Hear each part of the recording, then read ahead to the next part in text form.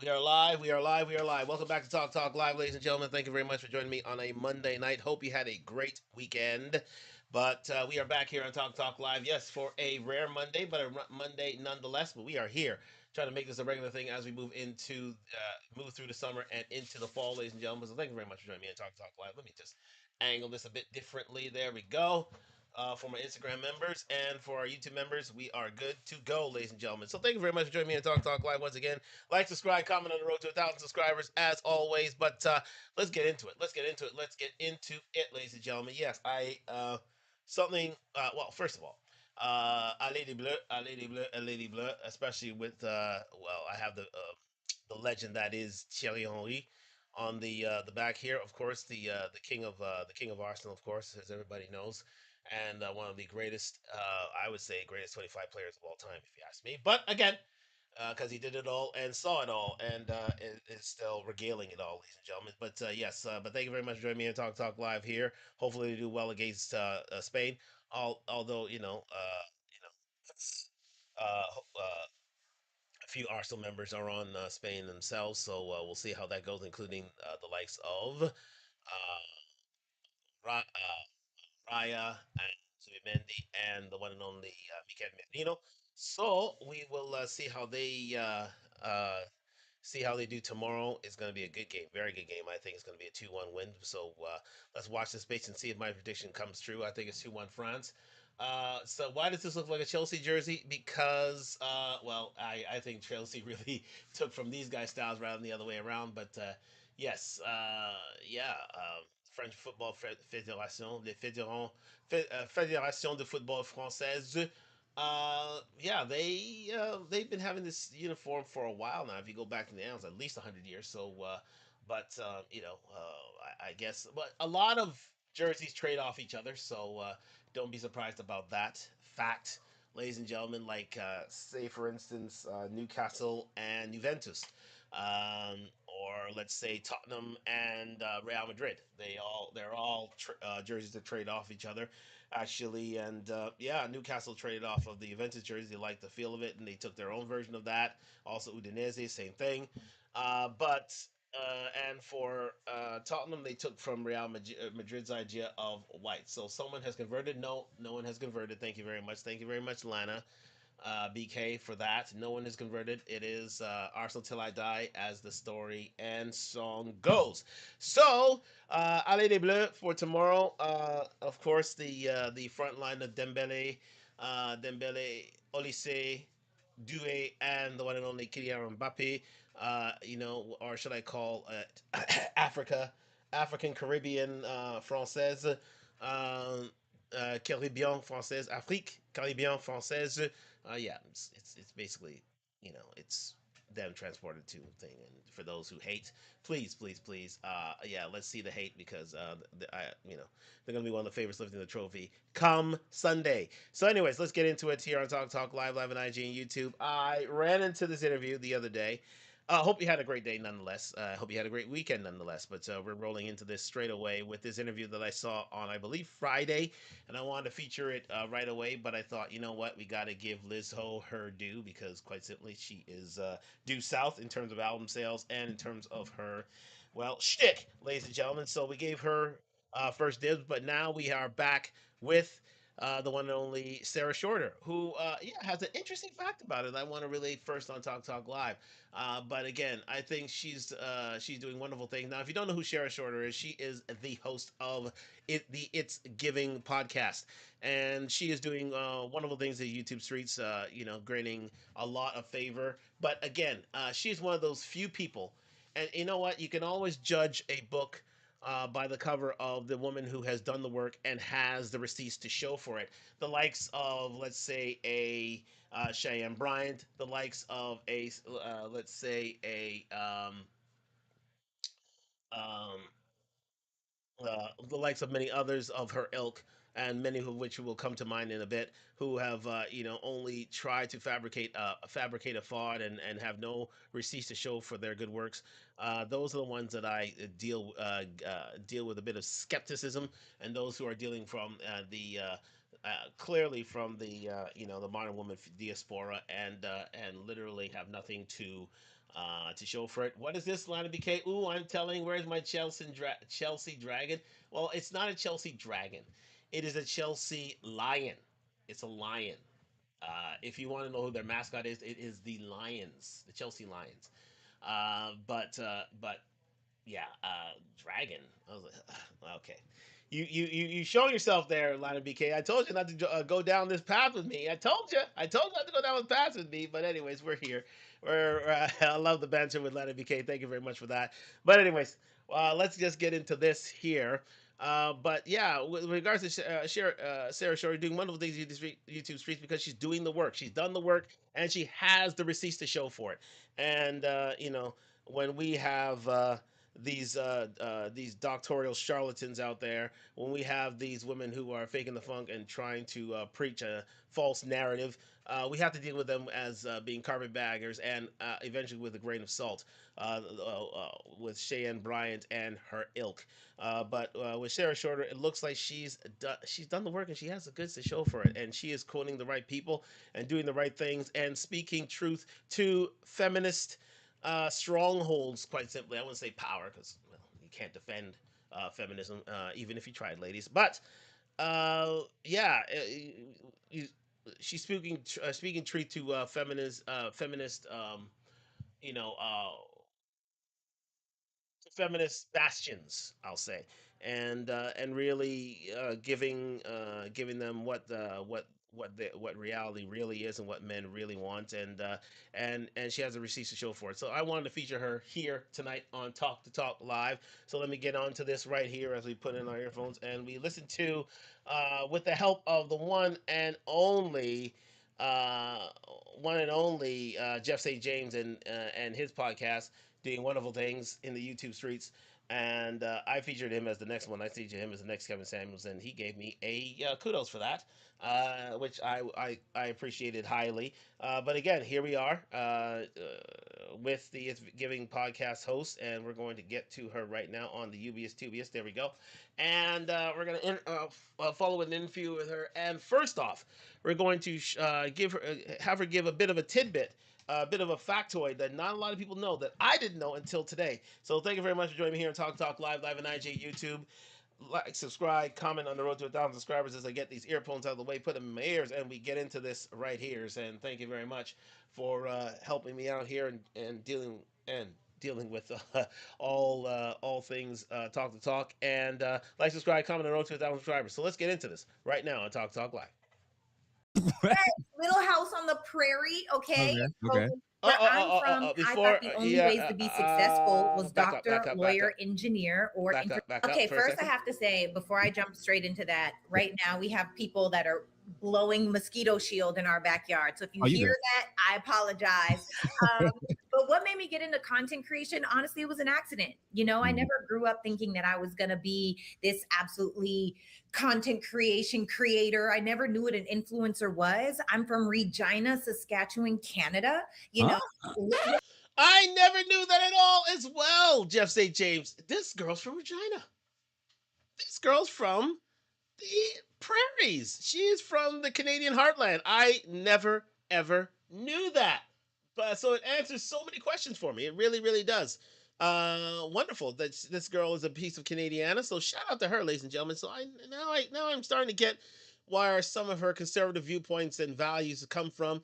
Some of the salt of the earth beliefs systems are coming from as well. And I think she's the payback for Melissa Ford, because Melissa Ford, I'll tell you what, yeah. Well, she's the gift that keeps on blowing up in our faces, quite simply. And yeah, this is our reprieve. So thank you, Sarah Shorter, for balancing the ties there. Because I tell you what, to have Melissa Ford as being your our our gift to the world in terms of intersexual dynamics, it's crazy. So to have a little bit payback with this woman here, it is refreshing and totally well received. Let's continue. Little house on the prairie, okay? Okay. So where I'm from, I thought the only ways to be successful was doctor, lawyer, engineer, or entertainment. And so I knew I couldn't be a doctor because blood makes me queasy. My mom's an engineer, so I didn't want to be an engineer. And then I was like, yo, high key, I have some really solid debating skills, but then I'm not interested in learning about what I'm not interested in. So I was like, I don't want to do that entertainment. I love to act, sing, and dance. And so I moved from Canada by myself at 20 years old to LA to pursue acting. And I feel like God has done a really beautiful, challenging, grooming way of positioning me into where I need to be at. So I kind of slipped and fell into content creation because it started with from being in acting, and I still act, but that turned into falling into entrepreneurship. My first endeavor was via MLM. I built to the top 1.6% of a $9.8 billion company. And that took me to speaking, which took me to coaching, so it took me all these different directions.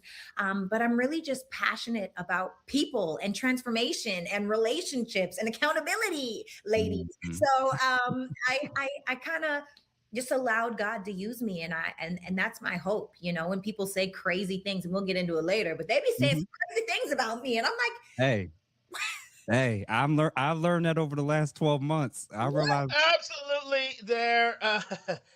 Jeff St. James, noted therapist, ladies and gentlemen, licensed therapist, ladies and gentlemen. You're not dealing with Cheyenne Bryan over here. This is a man who's done the work and has the pieces of paper to show for it. Not the Cheyenne Bryant nonsense that we've been dealing with over the months. But anyways, I digress. But with Sarah Shorter, yes, this woman was she went to the States, tried to be, was a starving actress, to be fair.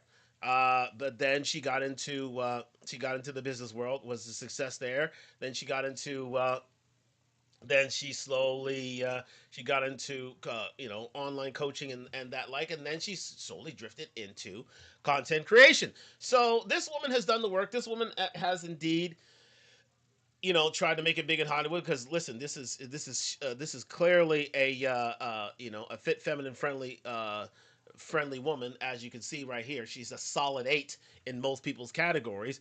But again, this woman has decided to get into content creation because of her background. Because again, in terms of her background, she does come from a married background. Now, most people would say that a woman of this ilk coming from Regina, Saskatchewan. Where's the white part of her family? Well, it comes from the father and not the mother. Usually, it's the mother's side of things, but this one came from the father's side of things. Her mother is black. I would say I would know if African American or Afro Caribbean or someone for the Afro diaspora. But her mother is black and her father is white, and a very tall white man in and of itself. Yes, indeed, it looks like 6'5", 6'6". I saw the pictures online. So this woman has indeed come from good stock and from married stock. I think her parents have been married for a while now, so she learned family values from a solid family unit, so she could speak on these things. So you hear the likes of a Cheyenne Bryant. If you hear the likes um, of many of these ladies, which fail to come to mind, who talk the talk yet can't walk the walk, do not have the family background to walk the walk. With the likes of these women, listen, treat them with a grain of salt, treat them with a bit of skepticism, and don't really listen to them, because they have no real truths to impart, and this woman surely does. It's just about if she buys into said truths, or if she falls for the well, the feminist echo chamber, to which leads them to a road to really nowhere, except with her. Her looks count for her rather than against her. But let's move forward in the conversation here to the 20th minute, because that's where you get the real goods here. I just wanted to get you a taste of her background there for a second. And she's going to tell you about some of her, beliefs, some of her truths, some of her ideals with regards to intersexual dynamics, and and she's gonna really break things down and see and let people know why she's become so controversial to the feminist ideal and so truthful to intersexual dynamics and really traditional relationships and marriage. Let's continue. 199. Sarah, who were your five favorite you, guests? of course. Oh my gosh, duh. Shaq gotta be on the list. Oh, Shaq is definitely on the list. Okay. Okay, Over there and back. Meanwhile, I've had to drive to downtown for an hour. Women shake my head. Let's move on a Interesting. little bit further here. Bring her an hour somewhere, especially if you're in a big city. Yeah. But I would try to find something, a coffee shop. You know what I mean? I'm gonna Uber. No, Partnership in life, and which is why I personally don't think that you should do more than a coffee date. Go for a walk if he's not a crazy. Go feed the ducks. Go have coffee. Sit in the car, eat ice cream, and talk about aliens. It's not about how much money someone spends when the intention is to get to know this person. Now, if you're looking for a dating experience, don't listen to anything I'm saying. But if you're looking for partnership, you're looking for a serious, exclusive, committed relationship, and you want it to lead to marriage, then I'm trying to tell you, if you want a certain type of man, certain things you do are going to disqualify you. So if you're out here sleeping with these men, these Pookies and Ray Rays, word gets out fast, first of all. Word travels fast. Especially in these social media streets. Yeah. What? Yeah. So now, when you do get around men with value, they're not checking for you. Because again, these men have options. Why would I choose a woman that's been ran through by 25 different dudes and all she brings to the table is sex? Listen, the only person I knew of that clearly, well, mostly the rappers and the athletes do that, but outside of that world, most guys kind of think like what you're saying. But I will give you this: when it comes to men and their view of women, when it comes to the whole first night, first date, or whatever we're having sex thing, this is the issue. The guys that are very experienced, if he knows enough of your history. And knows that there were other, if he knows your past, if he knows your history, if he knows the men you've been with, and he can tell from your past that you probably didn't make other men wait. He now has to weigh why she's making him wait and not the other men that she clearly wanted when she was younger, fitter, hotter, and more fertile. So there is a little bit of that where guys do weigh that in their head. Now the caveat is if you're a guy that's been there before, did this before, it's not a make or break. Yeah. I do think by the third date, we're going to start reevaluating it. And the reason why is a simple one. If I'll phrase it like this. If you were in a store and you're standing in line and there's a bunch of people in front of you and you know what the prices of the product you're going to that they're selling, and every person in front of you is paying a different price. One person's paying $3, somebody's paying $30. Somebody else is paying $45, and then when you get up there, they say $3,000. You looking at it like she crazy. That's how some men do look at it when it comes to women feeling like he got to wait because I'm serious now. Yeah. So my view is, listen, she may actually be worth it, but if she's willing to quote unquote make you wait, but she's not being exclusive with you, that means you got to get your needs met elsewhere till she's ready for that. I think that's absolutely true there. But let's hear what Sarah Shorter has to say there quickly. Fair. I think men should. I say this all the time. Men, you can smash whoever you want to smash. There are plenty of women that are looking for it and they're gonna be okay with it for a Popeye's dinner. Go ahead. Brock, hold on. Shout out to Brock. I'm so serious. Like, I don't even know if I like you yet. And that's another thing too. That's why I say I don't think that women should have sex outside of exclusive committed relationships. Okay. Because now it's not, I had a one night stand or I was kind of like situation shipping this guy. Because now your leverage is gone. I agree with you. If you try to up the price when I just gave it to this man for free, and then you go get it's finally your time at the front of the line, you're like, it's $3,000. Who wants that? I don't want it. Exactly. Excellent point raised there by Sarah Shorter right there, and that's her one of the first dimes. She threw a few dimes before, but we just concentrate on here and now because again, she was just cooking on this evening. But it's true, gentlemen. Always have a budget for women. Never, ever, ever go beyond that budget because, as Sarah has already stated, most if not all women will charge different prices for different types of men. If they're high value men, if they are Chaz and Tyrones, they could usually get it for rock bottom prices, or if not for free. And for men who are of average earning potential and average looks, they're gonna charge they're gonna charge them megabucks. And at the end of the day, you have to budget for these certain types of women. And if they go beyond that budget, treat them with a bit of trepidation or / just get rid of them. quite simply get rid of them. If they're moving on to the fourth and fifth dates and they're still asking you to pay for everything on dates, they're using you, and quite simply, you need to die and dash, because for what you're paying for on the fourth, fifth date and yet not getting any benefit from it, they're giving this to somebody else for free. Literally giving somebody else for free. Listen, uh, they're fattening up, as an old saying goes, they're fattening up the frog for the snake to eat, quite simply. And you know, it's the rules of the dating game, quite simply, that if you're overcharging, if my usual thing is, and this may be controversial here, if the same rates that women charge, women escorts and women of the evening charge, well, I wouldn't say women of the evening, but escorts, for what escorts charge for a hour of services, if a woman is charging you over that, and making you wait longer than that for a night out, then they're not really yours. They really aren't. It really doesn't take that much and that long, or that, especially in modern dating, for a woman to get to like you, to get to know you, and to start the foundations of relationship with you, which includes the sex part. So again, uh, it is. I mean, for men to close in these certain capacities, it shouldn't take long. If she really likes you, it should not take long. If she's really, really wanting to get something done, it should not take long. It should not. Maximum 3 dates. Maximum, I'd say about $500. That's all you need to budget for a woman. If it goes beyond that budget, she doesn't like you. She never did like you. She just sees you as a free meal, and you need to move on.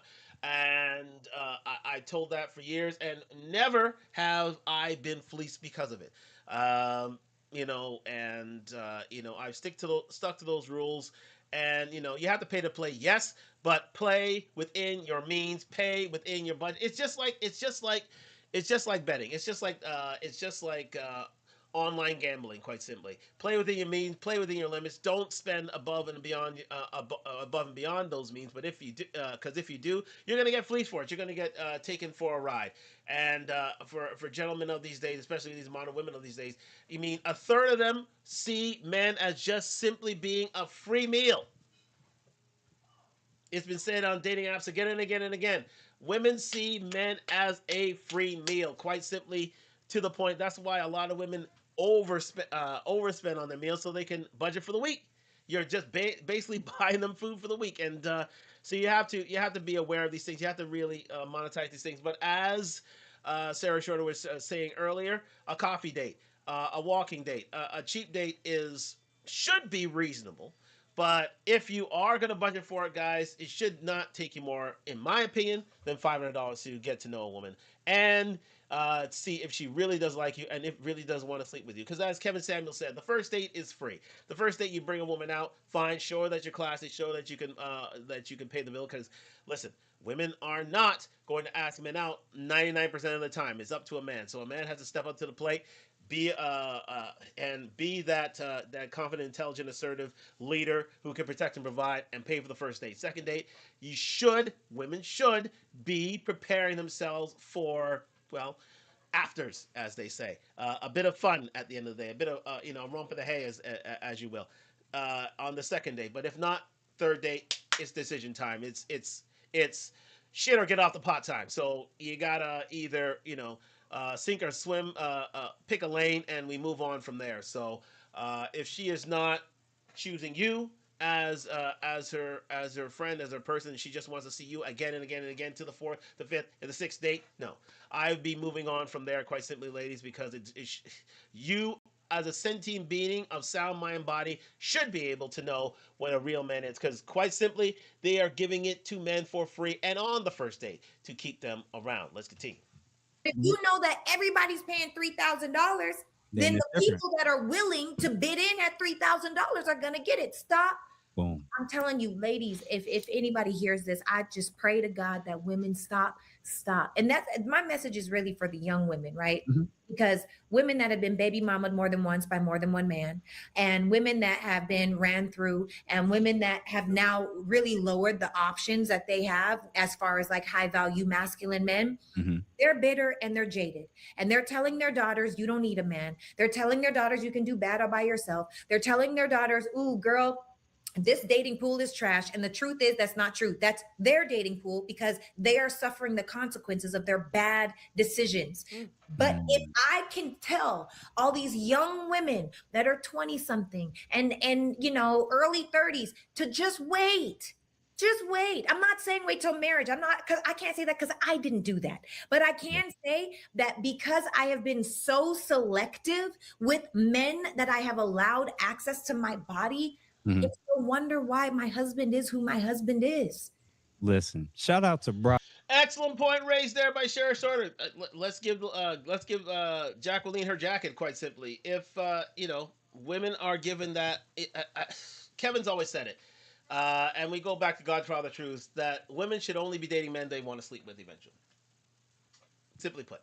And so, if women are very selective in with whom they want to mate with whom they want to copulate with, then so be it. And if it's not you, it's not you. Move on to the next. But women are only holding their value by being very selective in the dating market. And as Sarah so eloquently said, she wouldn't argue against premarital sex because she was a participant of it. I think most women, I say 99% of women out there, of dating women out there, are for it. But the body count has to be kept to a reasonable level. I would say under 10, quite simply.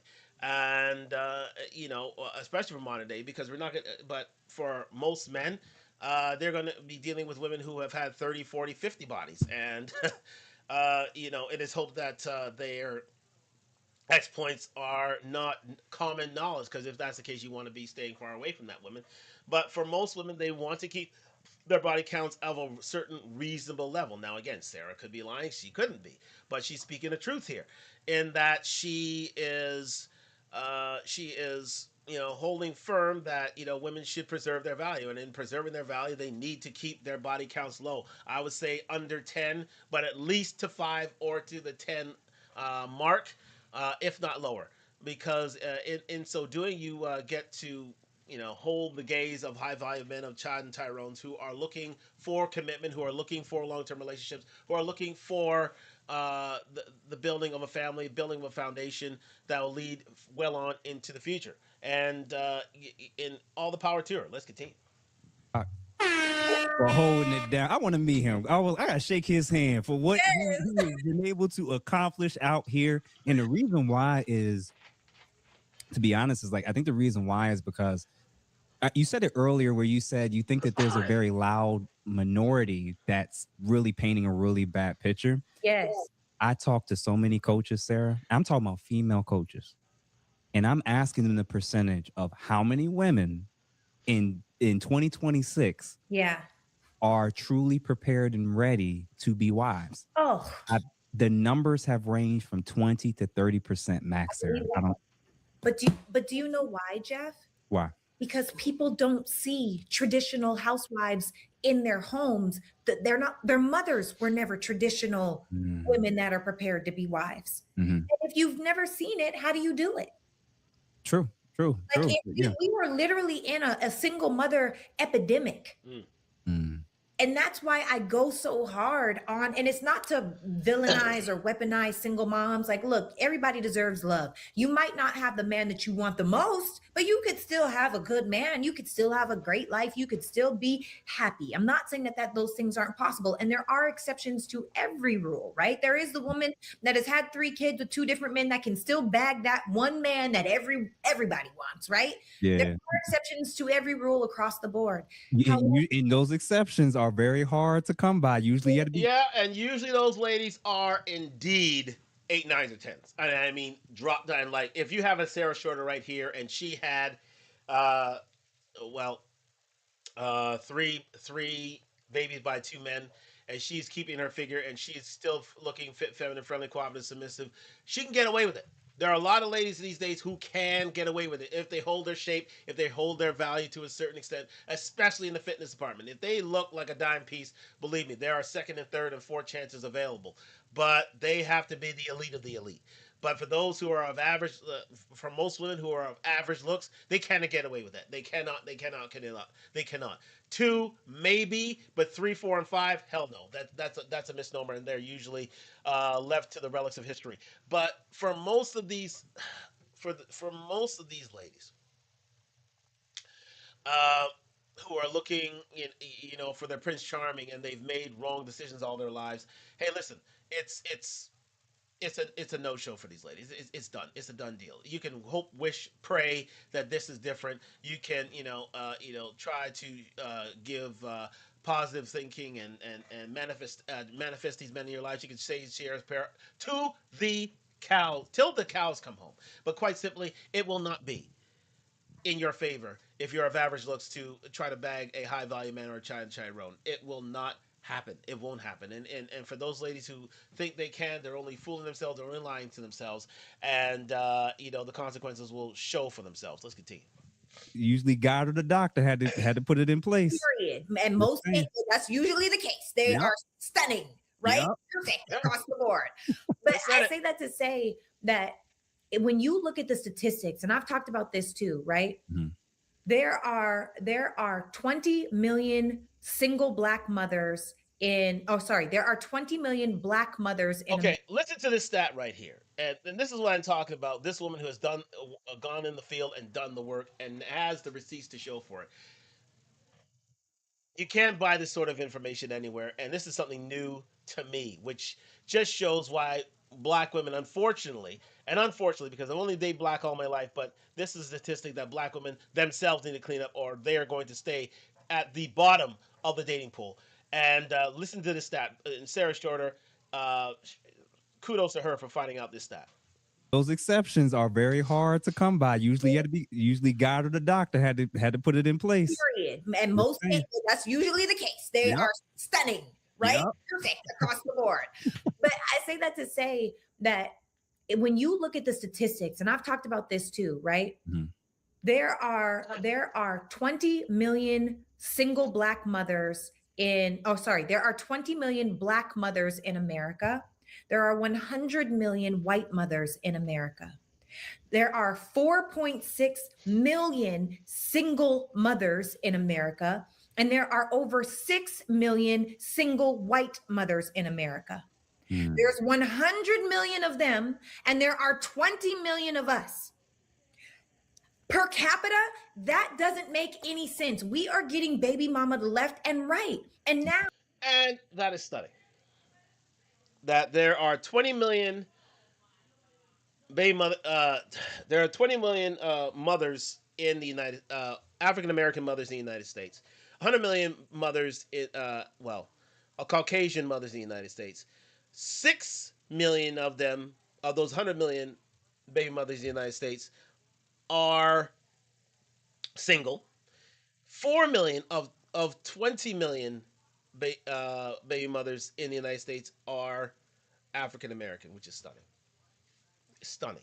Stunning. Because African American women overwhelmingly do not choose marriage, do not choose long term relationships when they copulate. They do not choose men with whom they want to live their lives with for the rest of their life because they think they can do it all by themselves. And no wonder they become statistics. No wonder their children become overwhelmingly and unfortunately part of the prison industrial complex. They cannot do it anymore. No one of these women, for the most part, fall victim to poverty or to a working class livelihood. No wonder women have to work 1 to 3 jobs in order to support their families. It is a epidemic. It is a problem of epidemic proportions and should not be tolerated at any level. And if black women are going to get themselves out of the doldrums and are going to be seen as prospective wives, they need to choose their men. I keep talking about the restaurant theory, and this again proves it. Other men aren't. Listen, all these black women want to swirl, but no other man's gonna swirl with a black woman if they do not see them choosing their own men. It's as simple as that. I keep saying that till the cows come home, and the only way black women uh, get a better look on the wider dating market is if they start marrying their own men. If they start coveting their own men, like Sarah Shorter did. She recently was married as of 2026 to a black male. Now again, very tall black men, good-looking black men. Believe me, I've seen it. But and believe me, no homo, no homo, no homo, no homo. Let me say that. But she's done the work and she has the receipts to show for it, and she doesn't have all these babies crawling around to show for it either. She was a career woman. She's 38 now. She heard, hey, listen, she heard the gongs in the background. She knew that she had to get with the black man soon enough. She had to make hay while the sun shines, and she did. So now she's going to try for a baby. Now she's going to try to live out those dreams a little late because she's 38. She is 38, ladies and gentlemen, as will be revealed later on in the show. But at least Shara Short is doing the work. At least the likes of Crimson Cure are doing the work. At least there are many, many women out there who really believe, and they aren't the Tiana Taylors. I mean, not Tiana. Tia Mowry's of the world, or want to break up their families, and they want to create generational wealth, and the only way to do that is through black families. So to hear a stat like this of how many single mothers are out there compared to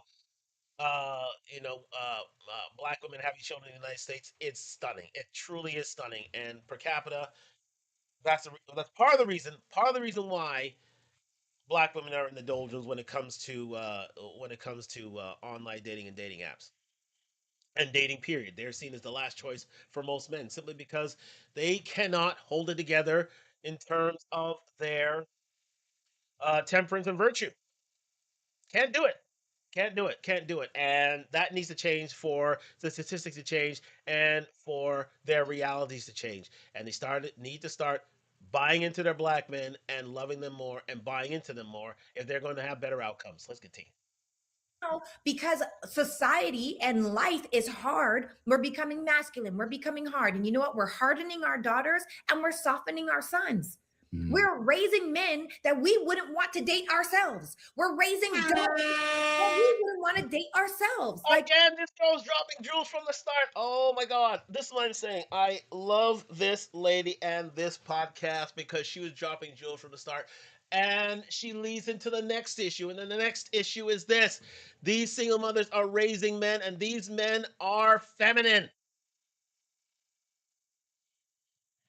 They're going into beauty shops and getting locks put in their heads.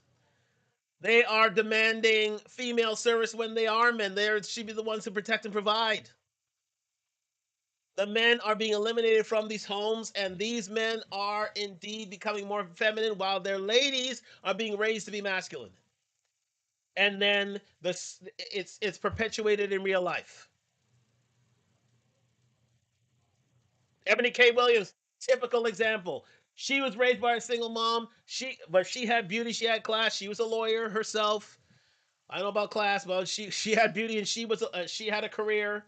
She thought that she can get to the top of the list, but she was not raised. She was raised to be masculine, not feminine. Guess what she's doing these days? She is having a baby by artificial insemination. There is no man in her future. Same thing with Naomi Campbell. Same story, different continent. She was raised by her single mother. She was raised to be masculine. No man could deal with her, so guess what she's doing? The same thing. She's being artificially inseminated. She's having to raise her alone. And no man wants to be with her at 50, what? Damn near 60. This is not a lie. This is not a joke, women. These are two beautiful black women who thought their careers were everything and they did not need a man. They're of that echo chamber, and guess what? They are learning the consequences. And a lot more women are going to be falling victim of this, and they're going to be, and heaven forbid. Well, listen, heaven forbid that they have raised any woman. Because as Sarah Shorter herself said, they are raising masculine women and feminine men. And guess what? They're going to be raising the men that are going to be walked over, but are going to have severe emotional issues and maybe part of the prison pipeline, or maybe they won't be able to lead families, and they're going to be raising women that cannot get married. Point blank, simple, to the point. And until women get that feminine coaching they need, and until they get men back in their lives, nothing's going to change. And they are going to be at the bottom of the barrel. Let's continue. Like Yes. I wouldn't. A lot of these women, when I see the way that they're treating their daughters, I'm like, yo, like Mhm. if you had a son, would you want a girl out here to treat him like this? No.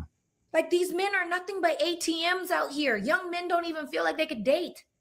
Yeah. It's sad. It's a really spooky world we're living in right now. And you know what's crazy? They the same ones that complain when the guys start dating out and going overseas and got so much to say. And Yeah. I'm like, you can't not be what men here want.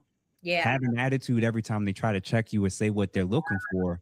And then also get upset when they start dating other groups or going across the border. I don't know. You can't listen. Real quick, I have a couple more super. Again, and again, that leads to the problem of men not wanting to deal with women here at this side of the border. This side of the border. Then they call them weak. They call them, well, um, incompetent and not able to fit the standard here, which are higher than they need to be, and then they go overseas and they choose women and they're ridiculed for that as well. Sorry, men are going to keep doing this until women realize that they need to become fit, feminine, friendly, cooperative, submissive ladies that they used to be. And until that happens, they're going to go overseas, just like just like Fortune 500 companies did to get well, cheaper labor. They're going to go and get better women overseas. I'm sorry. And this is not going to change until women change, especially black women change, especially modern women change. And whether you like it or not, that is what's going to happen because those from Thailand, those from the Philippines, uh, those from uh, the, uh, those from that side of the world, those from Vietnam, those from that side of the world, and also those from Eastern Europe or those from South America who are taught to be ladies, they are going to get the message. Those from Africa, those going home, they are going to get the message. If you're not, they will, and they understand how to treat a man. They know how to be traditional. And until that changes Western women, until that changes modern women, you're going to be left behind, quite simply. And that goes for all races. Let's continue. Chest I want to make sure I don't miss. Mhm. Avery Carter, I just actually found out what sassy means. You should look it up. You would be surprised.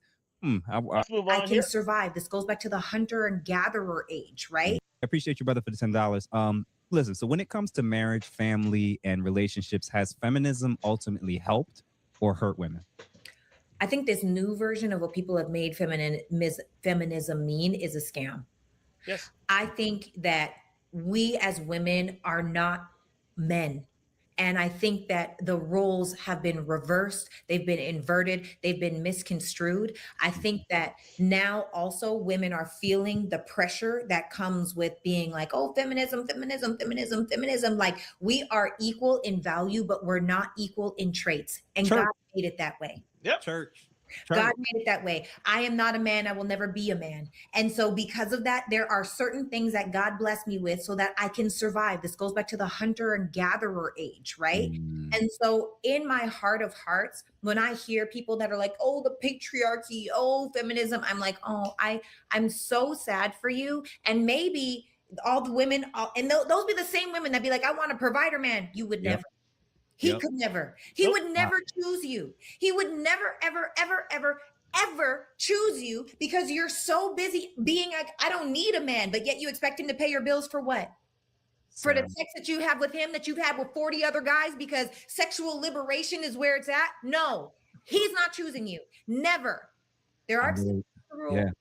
Most of us are not the exception. I literally said that. Excellent point raised there by Sarah Shorter. Yes, feminism's doing ladies an injustice, an absolute injustice. It has become an equality movement to a superiority movement. Quite simple, point blank, to the point. And it's done ladies a disservice. It really, really has. In the point, in the same influx of raising more masculine ladies and feminine men, but also in terms of getting rid of the family dynamic. And if you are not raised, and as Sarah said, men and women have different traits. Men are meant to protect, and provide. Ladies are meant to be the nurturers and being the centers of a family. And until women get to that point, and until listen, let me put it this way, ladies.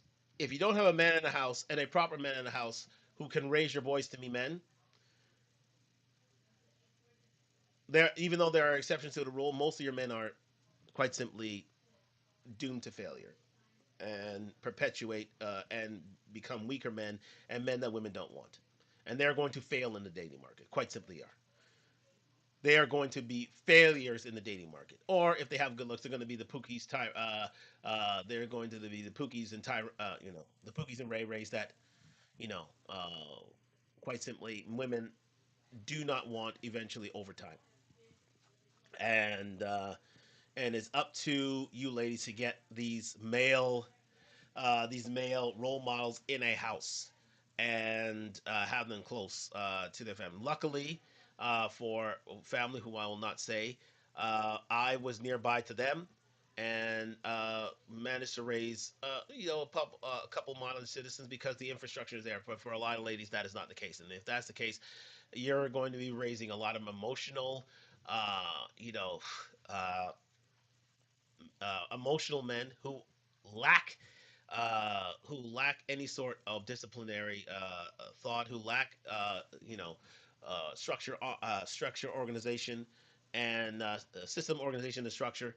It is to raise a family and are going to be Rolling Stones quite simply, and are going to be the dearth of our community in and of itself. So it is up to women to come to come to the pulpit, broker the peace, and realize that your men are your future and they need to be your future if you're going to be in any sort of stable environment to which you wish to have honorable children that are going to uplift your family name. I believe that wholeheartedly. It's been that way for centuries. It's only through the last 60 to 70 years that we have managed to break out of the system. But that system is, slowly disbanding the family unit, and it is separating us more than creating us, and is and let me say this: it is uh, lowering the birth rate in the Western world. Quite simply, it is lowering the birth rate in many countries, not only here but throughout the world. And feminism has been more often than not a detriment rather than a asset. Let's continue. If men want to even have a fighting chance in the dating market, you can't date feminists. You Oh, can't. And one that's proud and out with it, stating it, not even a covert feminist. right. Now, my argument is all. Now, you may disagree. I believe all women are feminists to a degree. It's just some are nicer than others. And what I mean by that is, a lot of the things that feminism prides itself on. There are women that want and like those things, but there's still women that, even as they like certain, they want to vote, they want to own property, they want certain things, but they still see value in men. Mm. That's the difference. Is the feminists, semi-feminists who wear it like a badge on their shirt and on their sleeve, and they're so feminist that they don't see the need or value for men at all. Which is And, crazy. right. And I'm like, do you know how hard it is to convince women to be the opposite of everything necessary for a man to even like them? Oof. I listen. This interview ain't about me. Let's get to the real question I been wanting to ask you. Recently there has been some controversy about doctorates, Oh uh, yeah. real versus fake ones, Yeah. and whether they matter. Now I know that you have an honorary doctorate, and I've been wondering your thoughts about this entire conversation about doctorates and who got one and who don't. What's your thoughts about that? So I think a fake doctorate is when you pretend like you have a doctorate in an actual field of study. That's a fake doctorate. Oh, you mean my field? Oh, okay. I'm listening. Continue. I'm just that. Shout out to the one and only Cheyenne Bryant.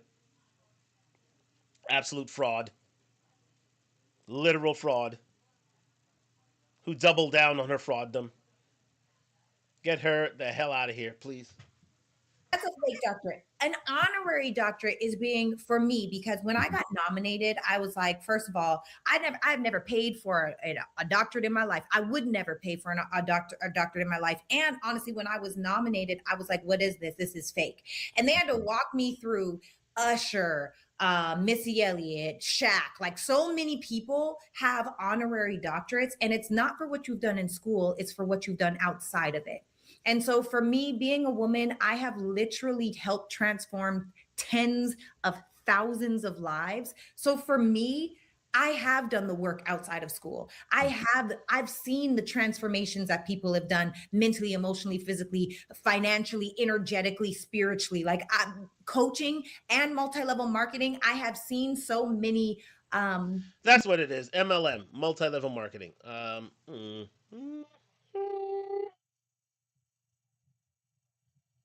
leave it there.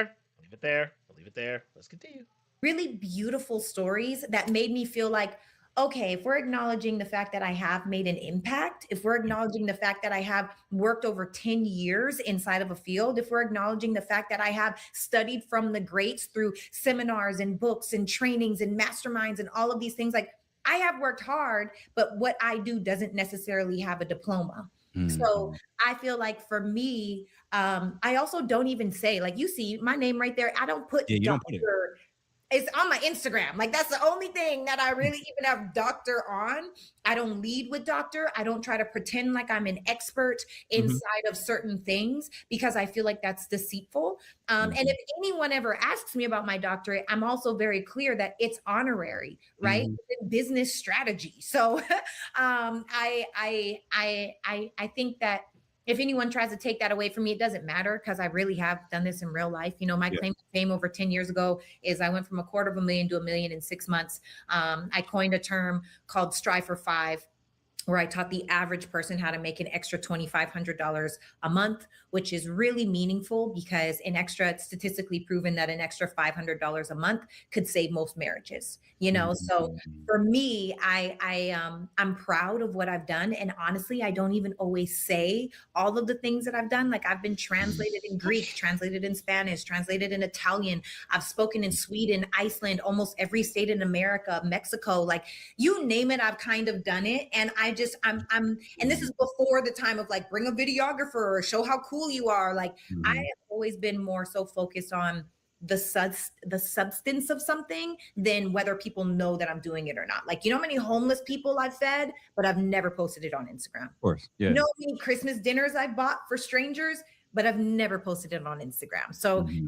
for me, I don't need the validation or I don't need the acknowledgement of people knowing what I've done. But I thought that having an honorary doctorate was, at the time I was like, I don't know. And then I did it and I'm like, yeah, Mm-hmm. yeah, I have done a lot. Well, listen, I'm gonna say. Okay, well now listen. Now listen. Now this is her flexing point. Okay, she's flexing. Totally fine. Totally, utterly, completely fine. Multi-level marketing. You should read up on multi-level marketing. It has its, how shall I say, pros and cons, quite simply. Uh, mm. So and let's face facts. Beautiful women can be the best at this sort of game and in sales. Period. So let's call a spade on that front. Uh, uh, but hey, the fact of the matter is, uh, as stated, she doesn't go out like A. Shan Bryant, putting doctorate in front of her name. She even calls out the fact that she has a fake doctorate. She does not say she is a doctor, and does the and this no this name is going to get me, and I am going to do the research now. Sorry, I'm doing an audible. I'm doing an Omaha, and I am going to say fake a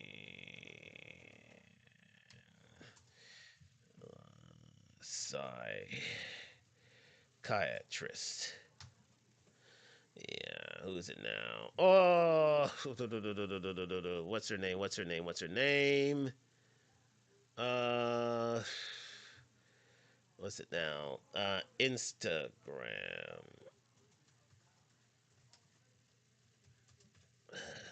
Suit. What's it? What's it? What's it? What's it in their name? Oh, I get it. Uh, uh, uh, uh, uh, uh, uh, uh, oof. Um, let's see, England. Sorry, I'm just thinking, what's her name?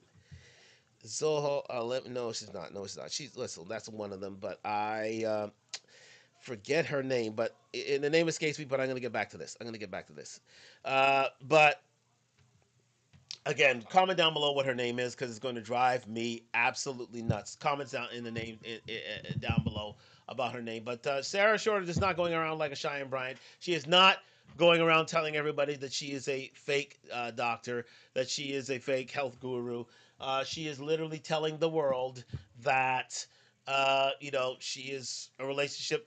Well, she's a relationship expert, let's say. She's done the relationship work, and that's fine. That's totally fine that you consider yourself a relationship expert rather than anyone with credentials. She just has good, sound advice that people want to follow, but she's not calling out any credentials. If you want anyone who's involved in that life who are, who have done the work, who've done the degrees, and who have the backing, such as a Jeff St. James, who is a therapist, who is a licensed therapist, they can go out and do that. But for Sarah Shorter, she's just being her, and that's totally fine. That's totally, totally fine. If she gives sound advice that has been proven over time, so be it. But she's not proving herself to be a fake doctor like some people we know. Let's continue. Say two things in reference to this. The fact that you have an honorary doctorate to begin with is still a flex. And I'm gonna say right now, they better not give me an honorary doctorate. I'm gonna use that thing. Listen, listen. The people that's running around with fake you gonna give me an honorary doctorate? Right. I'm gonna run it to the ground. It's gonna be on I'm gonna be at McDonald's. I'm gonna introduce myself in that way. Doctor. You hear me?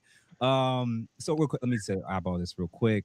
Big Bama. We're gonna move on here quickly to the next one. There we go. Does body count matter? Yes. And is it fair or likely that men judge a woman for her past? And why do so many women have such strong reactions to this topic? Because it's a loaded question. Does body count matter? Yes. Men judge women based on their body count. Yes. Why do women have such visceral actions? Because you've made a lot of bad choices that you wish that you didn't make. You slept with a bunch of men that they shouldn't even be on the roster, let alone inside of your body. And now you're trying to rectify and make it okay and pacify that you've made these bad decisions. Stop making the bad decision. It matters. Here's an example. I just gave this example. If I want to buy a house, if I want to buy a car, if I want to buy anything that I can't afford up front, you know what they're going to do? Check my credit. So you could call it wife facts, you could call it hoe facts, you could call it Equifax. I don't care. Whatever you call it, this is what I know. People are checking your credit to see if you are who you say that you are. And if you find out, like, there's nothing worse. Like, have you ever seen, like, to be honest, before I was married, and probably like in my younger days, I'm looking at the men that I was interested, I'm looking at who they're interested in. Because there are some women, actually one of me and Brock, and I've said this on my show before too, before we were together, and we were friends for almost 3 years before we actually got married. Like, we got okay. Brock is her fiance, if you didn't know, and as she already alluded to, she married said man as of February this year. Congrats to her. Married fast, but realistically, we knew each other. We were really close. My brother was deep in prayer for 3 years. Ain't that crazy? He was living his best life, being a single man, rotating his roster. He was doing what a single man should do. And I was with the intention of marriage. So that's why we never connected, because I wasn't going to let him put me on the situationship list. Like, no, not for me. So I say all of that to say that, I lost my train of thought. What were we talking about? Body count. So one time we were at a restaurant and there was a woman who looked like a low vibrational female. Low vibrational to me means easy. Low vibrational to me means she's going. It's loud. It's obnoxious. It's like not, I just, for me, I don't like that. That girl was all over my now husband before we were married, right? This is like when we were just friends. She was all up in his ear, and Brock is so tall, he's just leaning down to listen to what she's saying. And then after that, we're at a restaurant, right? A bunch of us, a group of us friends are all at this restaurant in a speakeasy. And then he comes up and tries to have a conversation with me. And I was probably a little bit jealous, but also I was like, don't talk to girls like her and then talk to me. You lower my stock. It matters. Who Oh, you dealt with in the past matters. It dang. lowers your stock. So don't get mad at these Mm, men because you're mad that he hasn't built his empire. You're mad that he's not a seven-figure earner. You're mad that mm, he's not making six figures because you're looking at what he's done in the past. But then you can't even be disciplined with your body. mm, One thing that's the easiest to control is you. You can't control opportunities. You can't mm. control who's going to have, the choice to give you certain things. You can't control necessarily the environment that you're in and the relationships that you have right now. As a man building a business, it is not easy, and most men don't even catch their stride until 45. So if Mm. you're just in it for how much money that this man is going to be able to give to you, but you can't even be disciplined in your own. Okay, just gonna stop there. Yes, we're gonna come back on the second hour of Talk Live, so do stay tuned to us on IG. Yes, thank you very much for joining me here on Talk Live on IG, YouTube. Like, subscribe, comment on the road to 1,000 subscribers. Let me just get back on the YouTube vein here. We are just getting back here into the second hour here on Talk Live. Thank you very much for joining me here on Talk Live on IJ, YouTube. Like, subscribe, comment on the road to 1,000 subscribers. We are back here. We're going to let Sarah Shorter continue as we are discovering how Sarah Shorter is the next one. Thank you very much for joining me here on Talk Live, Lady Bleu, and all that good stuff as we follow this interview with the one and only Jeff St. James. Let's continue. Own Fair use, fair use, pants, fair use. and he's not supposed to judge you. Don't Man, make no sense. bruh. I don't know. You know what I think it is they're trying to convince and normalize what you're saying because they know that if men have those standards, most of them would be disqualified. That's why. They It's are very. I've disqualified. never heard of a woman that has a low body count being upset about this discussion at all. Never, Ever, never, ever. never. Not one. It's like if you know aren't doing well in life financially and someone says hey, not even like a super expensive spot, they'd be like, hey, I want to go to Red Lobster or something like that. Yeah. You like, Red Lobster, you would only get upset about something like that if you can't afford Red Lobster. Period. So yeah, I totally agree with you. Now the 304 phase or what. Indeed. As we'll just continue on what on the vein that they were saying there, just for everyone to catch up on in the second hour here on Talk Live. Thank you very much for joining me here. Yeah, basically, a body count is important to a man. Very, very much, very much important to a man. Myron from Fresh and Fit always said, "Women care about a man's future. Men care about a woman's past, and her past is very important. That's why women are very, very secretive in terms of how many about their real past and how many bodies that every man has they have had over the centuries because it lowers their value quite simply. If men realize that women have had 100 bodies or more on their roster over the years, they're not going to be held in high regard, and if they're known to have that sort of count, they're not going to be seen by the Chaz and Tyrones and high value men of the world. They're going to be seen as well a bit of fun, a bit of and a bounce around and a lady who is for recreational use only, quite simply. And so women don't want to reveal that. For a man, his future is important. Where he's going, what are his goals, what are his aspirations, if he's career driven, if he's guided by faith and all that other good stuff. That's what women want to know. That they are going to bank on a man who will do the work, has will has is and will do the work. That's what I wanted to say, and will be the foundation for any family background. So therefore, these when women are quite uh, you know skittish in terms of revealing their body counts or revealing their truths. Quite simply, the best thing to do for a man in these instances is to check their Instagram account, is to check their social media. Their social media will reveal all. If they are shown to be scantily clad at every corner, being with many men or taking trips in different places that they know they can't afford, and being on certain milieus in certain environs that need a certain amount of money to be there. These women have been passed around quite simply and are of not good and sound character for which to carry on a family, in which to carry on a life. So, men have to do their due diligence, especially, and they have to read the whole facts. It's just as ladies have to read into a man's career and his future and his earning capacity, and that is just the way it is, guys. In order for us to be confident, intelligent, assertive men, we have to be going somewhere in life, and women are only going to bang into those who do go somewhere in life. And if they are seen as bums, well, you better have good looks, and in order for a lady to be able to carry a C around, because women cannot carry a family for long if there's a man um, who will not pull his weight. Quite simply, there is a burden of performance on men. Quite simply, because if you don't provide, you die, and you die alone, and you die penniless, and you die homeless. Unless you have a family to provide for you. Now, for ladies, the opposite is true. You have to be fit, feminine, friendly, cooperative, submissive, and for Sarah, she has made a way herself in the business world. It's, well, multi-level marketing, which is,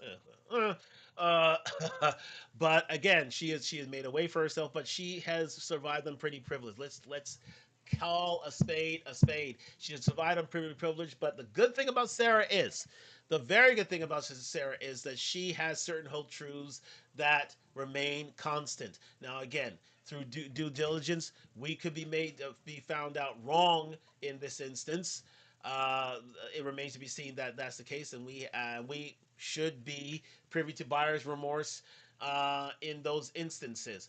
But uh, until listen, it's been 3 years, and there have been many ladies who have hated upon this lady and the message that she provides. So they could be coming with receipts a long, long time ago, but till now there have been no receipts. So this lady has been on truth, and all we can do is, uh, you know, uh, you know, keep uh, uh, keep her to her word, and really, be mindful of where she's coming from, and the thought processes that she provides, and the truths that she conveys. And for now, it's her truth, but for the fact of the matter, at this point in time, it is the truth. So we have to go on that sentiment only. But she's done the work, and she has a result, and many in the space do not. So let's give her credit where credit is due. Let's continue. What some women refer to as the whole phase has been an interesting topic. Now, why do some women think they need one? And it sounds like you're saying women clearly don't need a whole phase, but why are some of them saying that? And what do you think the consequences might be? A whole phase is not natural. Like, look at the way we're built. Yeah. Men can wash us off. We can't. Like, it's not, y'all penetrate, we take. So well, now, you know what? Hold on, Sarah. Nowadays people doing different stuff out in the. It don't matter. It don't matter.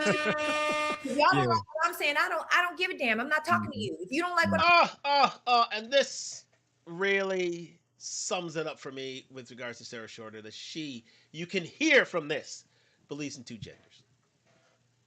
She's only talking about men and women. She's not talking about, as Jess was trying to do, is a gotcha question, but I see where he's coming from. People are doing different things, meaning people are quoting that they are different genders, when in fact that is indeed not the case. There are only two genders, people. Let that be perfectly, utterly, completely clear, and you can deal with this, new age nonsense all you like, but when you are born, you're either born a man or a woman. It's as simple as that, and so it will continue to the ends of time, no matter how many genders you rearrange yourself to be. Sarah Shorter, thank you for standing on business. Let's continue. You don't want to be in a traditional marriage, and maybe I should say tradern, because I'm like traditional modern, like I probably set up too. I feel I still make great money. Let me be clear. And still, my husband is the deciding factor for all of the decisions in our household. Does that make sense? Like, he's still the leader of this household. So I feel like women, whole phases, it's not natural. And also, I think that they think that it's natural because we have the Cardi B's and the Sexy Reds and the women and the Meg the Stallions. And then We have women that are out here, and bless their hearts, I don't know these women personally, but Mm-hmm. I am able to be logical the same way that a man is able to be logical. If you're in a relationship with a person, you break up and you drag this man, why would any classy man line up to be like, oh, I can't wait to get disrespected next? Oh, we're gonna stay right there. Meg the Stallion, Clay Thompson, please give me your honest opinion. And the reason why I'm asking is because the women who are really big fans of We're gonna let hers, this run. We're gonna let this there was ride. the parasocial relationship where they were so affected to the degree where they were like, I wish it was me instead of it happening to her and all this crazy nonsense. And I'm like, and they keep saying after each situation with every single man, she's never at fault and it's always the man. What's your honest opinion about did Meg do anything wrong? Or and yeah, what do you think about that? I don't even want to put right or wrong on it because I can't say what anyone should do. I Mhm. think it's out of alignment with marrying a high value masculine man. And I Mhm. think that one of the mistakes that a lot of people do in general is prematurely posting your mate. I'm not going on your Instagram. You're not going on my Instagram. Maybe in my close friends and there's only 20 people in there. I'm not showing the world what I have going on because this is the thing too. It makes it worse that we do know her whole history, right? When I hear men talk about her, they're like, oh, this dude smashed, this dude smashed, this dude smashed. And that matters. And Yeah. she might be the sweetest thing in the world, but I also think how she went about it was dead wrong. Because this is the thing. If you are a rapper that raps about your coochie and sex and money, and you like you're in a song called WAP, you know what I mean?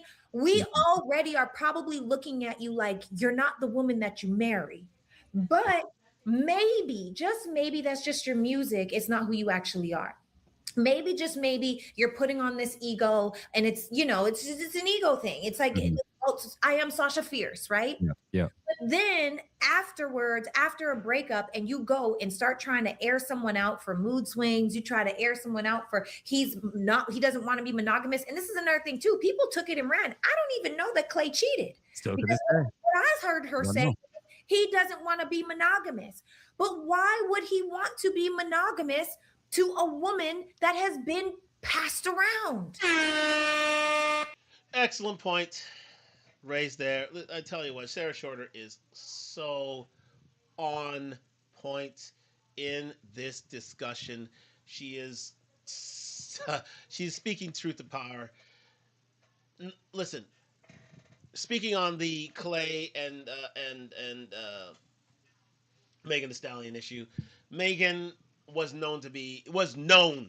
known pass around within music circles, within entertainment circles. She was known, well known, well documented. It wasn't she was that you know she wasn't of high value. She definitely wasn't of high value. And it was only through her music career that she was allegedly high value and attracted a man like a Clay Thompson. But Clay Thompson has been around high value women all his life. He's had a mother. He's been around eight, nines, and tens throughout his whole dating career. And quite simply, he can smell low vibration a mile off. He can smell it. He can feel it. And when she gets into this low level behavior of ghettodom and of just and her reputation's been passed around and he's asked around and he's done the due diligence, he has the whole facts and he realizes all these things. He knew that she can only be of a certain level for so long. She can only be of a certain level for so long. It's as simple as that. And it's it was only a matter of time for that relationship before it really ended. And for Megan to stand and say, "Oh, she's taking off of this release," because that was her retirement plan, and it didn't work. It clearly didn't work. But he was never going to be with her because she was always in the streets. She was always being, her attitude was always uh, unfit, unfeminine, unfriendly, uncooperative, unsubmissive. She was a modern woman of a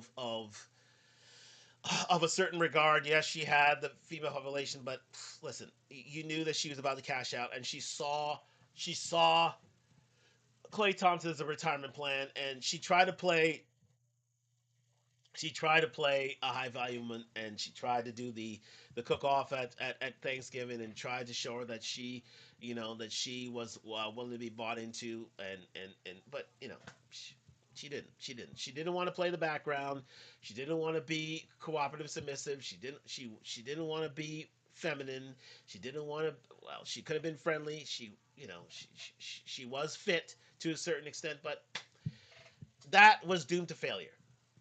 Clay was going to find someone else, and he wanted to play the field, and so that is his right, because he is a, I wouldn't say a high value man, but a man of a certain level of uh, money, power, and influence that women are attracted to, and they will all stay attracted to as long as he's in the NBA and beyond that as well, because he's a surefire Hall of Famer. A surefire Hall of Famer. And usually Hall of Famers usually have an extended life beyond that. So yeah, that's absolutely clear. But for these modern relationships, and especially when it comes to the whole phase, you know, quite simply, women are getting found out these days, and it's usually through social media. So as men should do, they should they should study the whole facts. They should ask around. They should study women's social media, because from there, all truths are revealed. You know what I mean? Women will tell on themselves, and it's usually through social media. Let's continue. If he has all of these options and he comes from good stock, right? Meaning he comes from a good, non-ratchet, non-drama family. I don't know him personally. Yep. I just know what it looks like from the outside looking in. Yep. I know what Meg looks like from the outside looking in. It's not this two different worlds. Yep. Right? So I think that we as women have to be ghetto ratchet world versus well, how should I say? Well, yeah, a high income world, quite simply, because Klay Thompson came from NBA royalty. His father was a player in the NBA at one time, and he was in NBA locker rooms through the first 28 to 30 years of his life. I think he's in his 30 years now. He's into his early mid 30s right now, Klay Thompson. But yeah, he's been around these locker rooms for years. He understands players. He understands game. He understands women. He's been around them all his life. He's had a certain stable family life at home, but he knows and he can smell. He can smell a whole mile away. He can smell an undervalued woman a mile off. And quite simply, as soon as he received the information that he needed, he broke off. He broke away. And as this is right, because again, he wants to marry for life. You can see that, but it was not going to be with her, because quite simply, she had shown herself to be unworthy. Let's continue. Mindful of how we put ourselves out there. Stop because what validation are you looking for? You only post people so that people can be like, oh my God, I want your type of love so bad. Like, stop it. You know why we know that the guys that had these comments were right? Because immediately after she posted her music video saying F that wifey stuff and going on the boat and the whole, I'm like, you proved our point exactly. This is who you are, not the act, not the. This is, I'm telling you that, like what you said is spot on. Now listen, I got about a few more questions because I know we're about to wrap things up. And everybody, if you're currently watching, we have 444 people. We're gonna move on a little quickly here, so we're gonna finish up here soon. Social media potentially hurting ladies' chances for getting seen or taken seriously by men of class and quality? I think that social media is destroying the dating pool, because women have this false sense and inflated sense of their options. Facts. A lot of these men that are in your DMs, they don't value you. They don't even really care about you. They want to smash you.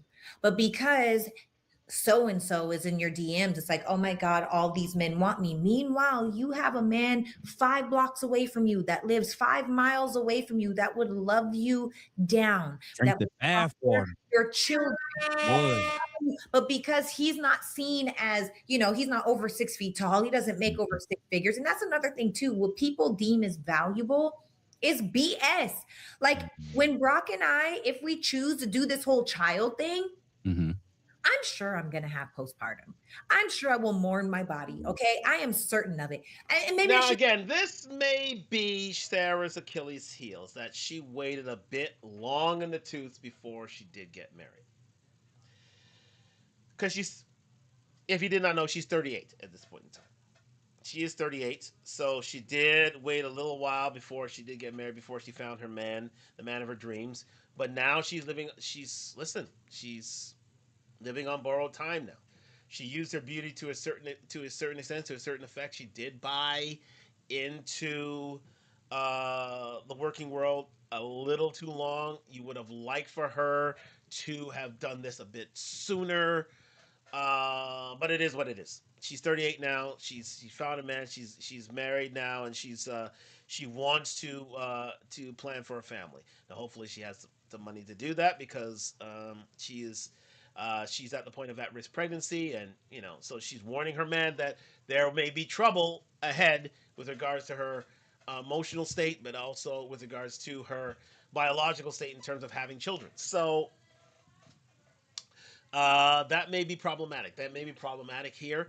But the man went into these eyes open and realized that this she's still bankable, and for the most of it, she is bankable. She is very, very much bankable.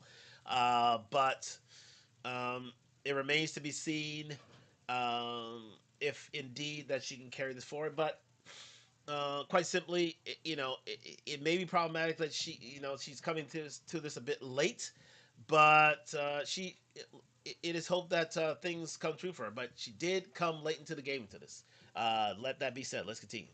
Didn't speak that way, but I would rather prepare for the worst and just, cruise for the best than not be prepared for the worst. I'm already sending this man videos about postpartum. Mm. That's what you're marrying. When it is 3 a.m. and you are exhausted and you feel like you're hallucinating and you don't feel supported and your emotions are going all over the place, you want to punch him in the face, kiss him, make out, have sex, throw him away, and get a divorce all at the same time. That is the person that you're marrying. Yeah. That is the person that you need to be mindful of. Height doesn't have anything to do with that. Height's not going to keep you warm at night. Right? And money does help, but it's not everything, because some men that just pay the bills, that's not enough. Yeah. There's got to be some kind of emotional connection. So I think that social media is really making people think that they have all of these options that you don't have, because someone that values you is very different from a man that will smash you. And I feel like people need so much attention, which is so different from respect. And people need so much validation, which is like, everyone is on social media. People know how to be on social media, but they don't know how to connect in real life. Facts. So I think social media is really just, I don't know. I'd be like, no, not me, not me. Indeed, I mean, social media is changing the game in terms of dating. Men who were deemed, you know, good and fair enough. That this is the point I was getting towards in my from my previous comment, and that is social media changing the dating game. They're giving out unrealistic expectations for women, because not they're deeming men who are within their communities, who are good enough who are good enough at one point previous to social media, as deemed as not good enough going forward, and it is becoming problematic. A lot of women are having too lofty aspirations because they want to keep up with the Joneses, want to keep up with their friends who are getting flued out and all this other stuff. But not only that, it's leading a lot of men out of the dating game. A lot of men out of the game. So it's giving lofty expectations to women who are going to be left alone because men are going to be unable to meet such lofty uh, left alone because men are can't meet said lofty aspirations. But not only, but a lot of men are being taken out of the dating market because of that. There are higher standards for men, and with that higher standard, men have to meet those standards, or they have to uh, you know go through life alone, and that's unfortunate. That is unfortunate. These standards are being raised. These unreasonable expectations, but men have to either meet it, or they have to get out of the way. And there are many, many, many, many, many good men who are going to be, you know, statistics simply because of social media, and it is an unfair truth, but it is the truth, and that is why men have to go through the process of being more confident, intelligent, assertive, and have to you know, have more money, more muscle, learn game, hold frame, or have and be better men, quite simply, and have to measure up. They have to earn more money. They have to be more physically capable in order to protect. They have to learn better game. They have to learn to hold frame, and learning hold frame is meaning to have certain conditions for yourself and not to being taken out of said parameters. Having certain home truths that remain direct and true. Uh, and it's unfortunate that social media have brought us to this point in time. But being praxologists as we are, this is where we stand. And but again, the truth remains that many men will choose not to or to live up to said standard, and they're going to be negative statistics as a result. Listen, and you know what? When do most women have the most leverage in the dating market? Generally speaking, age range. 20s, early 20s. Now, how come when I say this, nobody? But now again, there's exceptions to the rule. Yeah. But the overwhelming majority of people. Now, this is the thing. Okay, can I? I don't know. I don't know exactly your age range. 38. 38. Okay. Yeah. Most women at 38 don't look like Sarah. Nope. Most women at 38 ain't making what Sarah's making. That's right? And most women at 38 aren't surrounded by the people. I say the top 1% are going to be looking like Sarah or making what Sarah's making. I would say less than 1%. I say less than 1%. Uh, and, from such a lofty perch, she can do things that most women can't do. So that's why a lot of these truths have to be listened to by women. She is a bit outside of the pay grade of most women in this instance. And so women have to, not compare themselves to her. They have to deal with themselves and their home truths. And quite simply, they have to understand that they have a limited time cycle here and they are not dealing with the strengths that she has in terms of her beauty, her femininity, and her friendliness. They don't have it. They don't have it. So they have to work on the small stuff. They got to be able to cook. They got to be able to clean. They got to be able to raise a family. They have to be able to be the center of it. They have to be able to be at home women while still having careers. Now, careers that take them above and beyond the family unit or lead the family unit, those are certain anomalies, but they have to still learn home truths regardless because they do not look like Sarah does. And she can survive on privilege. Most of these other women can't. Let's continue. That Sarah is surrounded with. Yeah. So when we try to say, if you're not intentional in your 20s, it's Hunger Games in your 30s and 40s. It really is for a lot of people. There's the women who could have a child or just be a little bit older or have certain things going on. They have to be exceptional at something. Yeah. Exceptional. Why is their leverage often at the highest in their 20s? Because, and this is if you haven't had children. I also want to be mindful of that because even though you can't, if you have one kid, that's fine. But men aren't lining up to be baby daddy number 3.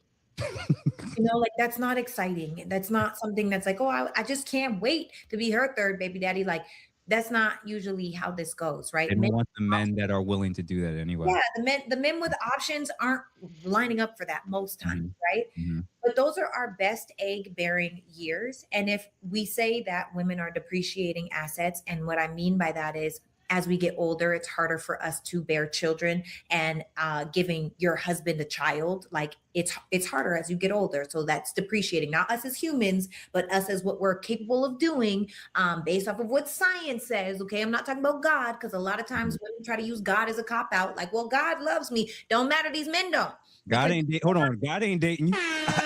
God ain't dating you. God didn't say go have that whole phase. Okay. God did not. And sure, you are delivered and God loves you, but these men will not. You gotta move states if you have a whole phase. Yeah. Unless it was like 10, 15 years ago. And you better pray. Don't bring up what that man did. Don't bring up what you did, because it's not going to go over very well. So I say that to say, if you're not using God as a cop out, that's when you're the most attractive, usually, because it's easier to be fit. Which number one, I say this all the time, ladies, if you want a man, you want a high value masculine man, you've got to do the best with your genetic potential. I'm not saying you have to be a size 0. I'm not saying you got to be skinny, but you have to have good hygiene and you have to do the best with your genetic potential. Because I don't know any high value masculine man with options that's saying, let me line up to get behind this girl that's let herself go. Let me line up behind this girl that has plaque in her teeth. Let me line up behind this girl that doesn't know how to be mindful of resources. Like, that's not like, we gotta be realistic. Like, call a spade a spade. Let's call out the elephant in the room so we could be better. And usually it's easier to be fit when you're in your young 20s. Yeah. Now I will say I'm not even gonna go down that rabbit hole because that's a whole different conversation. And then I also think that women haven't really been jaded by life yet when they're in their 20s. I feel like there are experiences that happen that creates baggage or creates fear or creates trauma. And now it's compounded over time that you start to create those defense mechanisms that say things that, like, I don't need a man, or that say things like, this is, we ain't got to do all of this. And the truth is that, it's usually rooted in trauma. It's usually because you're tired of rejection. It's usually because you feel tired of being overlooked, or that other girl getting the man that you had. But if you had just locked in with somebody younger-ish, and I'm not saying early 20s because I think that's too young to get married personally. But if you had locked in early-ish, and you knew who you are, and he knows who he is, he knows God, he knows his purpose, and he feels good in his bank account, that's what makes for a beautiful marriage, in my personal opinion. Wow. Excellent points raised there by Sarah Shorter. And we're coming to the end on things here, but let me finish up by saying she understands that she is not at her sexual peak. She's 38 years old, and women at their social peak are at the college age of 19 to 24. That's when you have beauty, fertility, and your purity on lock. On lock, literally on lock. That is when all all all cylinders go, all engines go on your high value. It is at your highest value when you're 19 and 24, because your fertility's at its peak, your beauty's at its peak, your youth is at its peak. That's what I wanted to say. Your youth is at its peak. Usually around in that age. And most women, what they choose to do these days in the modern age, they'd rather go through a whole phase, which is absolutely detrimental to your health. Feminism has done women a disservice in that respect, in that they have chosen they have advocated for women to experience light, to have this soul searching stage, which means they're going, they're running up their body counts, which is absolutely asinine. It really, really is. But in those years should be in terms of educating yourself, but also finding a man, because there is no greater pool of men in your vicinity who are willing to be in a long-term relationship with you than during those 19 to 24-year-old stages. That's where you lock into a man, and that's where a lot of I would say, yes, white women, even though they may be the most, how should I say, sexually pervasive, the hoest of hoes during this stage. But you know what they do? They understand that during this is the time we have to buy into a man. This is the time we have to invest in a man. That's why I see a lot of these ladies who come out with these. Unfortunately, they're not high value men, but they're of certain value, of certain high value, and that is NFL and NBA and all these athletes. When do they usually buy into these men? While they are college athletes, while they are making their way in the world, and not ready-made figures, like, as Sarah said earlier on in this hour, earlier on in this show. They usually buy in earlier, way earlier, way earlier. and that's why they're getting ahead. And that's where black women have to understand. Now, for the most part, they're doing their part. Black women are still marrying black men to a certain level. And I'm speaking only for the black experience in and of itself. But and most women usually marry their own race of women. They're very homogeneous in that respect for the most part. But black women are starting to lose the race right now, and that's because they're waiting for men to be finished, and they're not. They're waiting for men to be finished, and they're not preserving themselves sexually when they reach their highest peak. And for a woman like Sarah Shorter, she realizes that well, she's preserved herself, but she's lost a lot of years in doing so, and that is buying into career method of things rather and not in terms of widening her body count, according to her. But again, that could be different, but we have to take her word for it.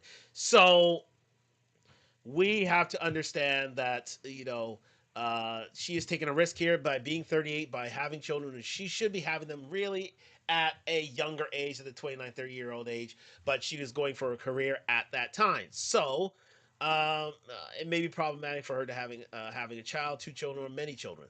But again, if she has amount of a certain amount of monetary gain, of monetary security to do so, then she can. But she understands she's got to get moving now. She's got to get moving right now.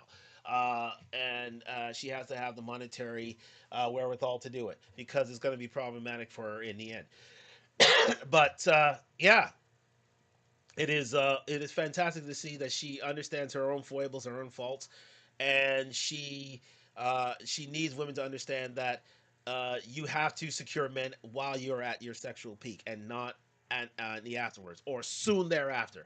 As Kevin Samuels said, yes, indeed. Um, during that, you know, the, the the best stage for you to be married, or to be equally yoked, is during the 19 to 24-year-old stage. But 24 to about the 27 7-year-old stage, you need to start thinking, okay, start thinking about it for years. Let's start getting into long-term relationships that will sustain ourselves well on into the future. But during the 27 to 34-year-old stage, that is when you're in the danger zone, as Kevin Samuels has always said, and that is when you really need to secure things, because you're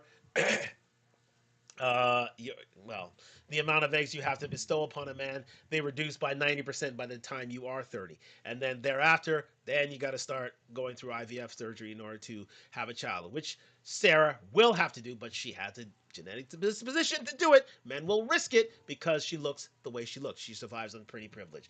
But listen, sorry about that. Sarah's. We're gonna leave it there. It's going up to 1:36 in the hour, and I'm gonna leave it at that. But listen, what a wonderful, wonderful interview given to us by the Ask a Brother podcast with Jeff St. James. Do like and subscribe to Jeff St. James. Do like and subscribe to the It's Giving podcast. I think she's doing wonderful things for women. I think she's doing wonderful things in YouTube streets. Both of them are, and being paragons of virtue for the rest of us to follow. And and she's Canadian. So again, if you are Canadian, please follow along with Shara Shorter, because she's done the work, and she's given the good word unto these women. So it is hoped that you learn something from this podcast. Let me go back to the full camera here and understand that indeed these are two of our future leaders within the space of intersectional dynamics, Jeff St. James and Sarah Shorter. And these are the women that we really need to follow on from, and really need to look for guidance in these troubled times. And shout out to Sarah Shorter, shout out to her, shout out to the ladies like Crimson Cure and her ilk, who are doing the work, and who are making things, who are trying to hold the tide of feminism and its ugly entrails, and trying to make sense of it, and make this world a better place. Shout out to I am Kissick, and also OB Racing.